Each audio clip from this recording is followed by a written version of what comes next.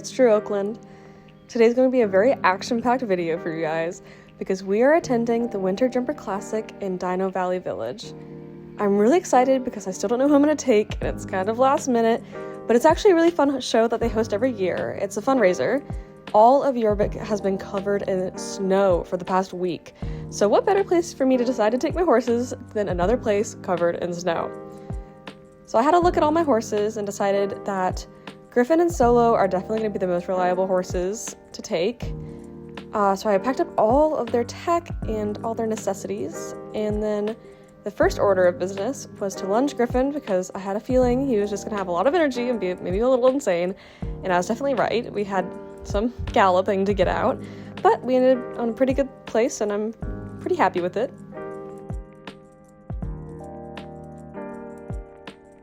The next order of business was to give Griffin a little bath just to make sure he was squeaky clean because he is a gray, or eventually will be a gray, so you can definitely see the poop stains.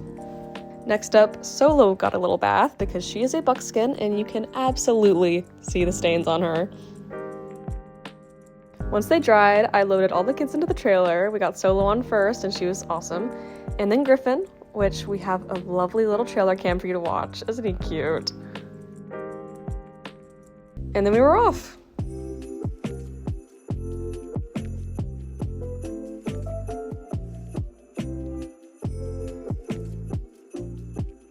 When I got to the venue, I ran around like a maniac looking for our stall numbers, and I found the nicest fire. I was so cold. I finally found our stalls and put Solo and Griffin away, and they both went straight to their hay bags, which was expected. After a little while letting them settle in, I tacked Griffin up just for a little ride to warm his bones. He was pretty good when I first got on, and then we started getting a little jiggy. I mean, he got excited. It was cold out, he was fresh, you know, it was a new place, he was overwhelmed, I get it. And then we had probably one of the biggest bolts I'd had to sit on him. It was one of the most dramatic tantrums I've had to sit just in general, lots of attitude.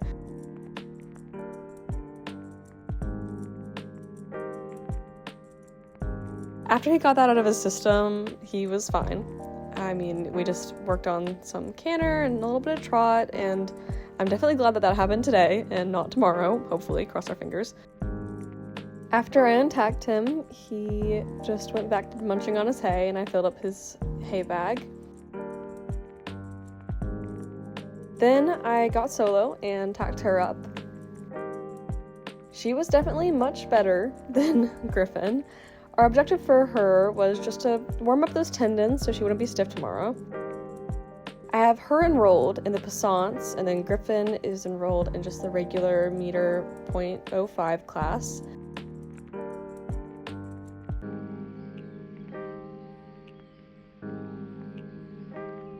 Once I filled her hay bag back up, it was time to go to bed.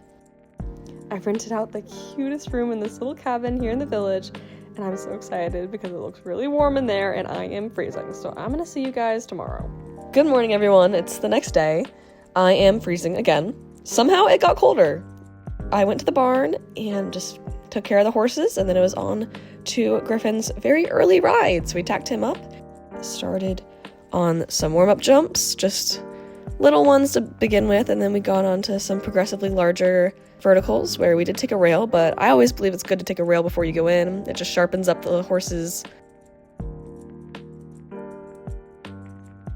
We watched another girl go in front of us, and then it was our turn. This round was a weird one, for sure. It started out very well. We just did that vertical to a triple bar, to an oxer, and everything was looking pretty up for us. Had a nice little half circle here.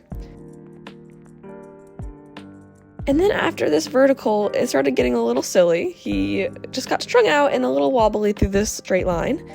And we had a very weird bunny hop over that vertical. Then we turned to a much larger vertical where we had another really weird jump.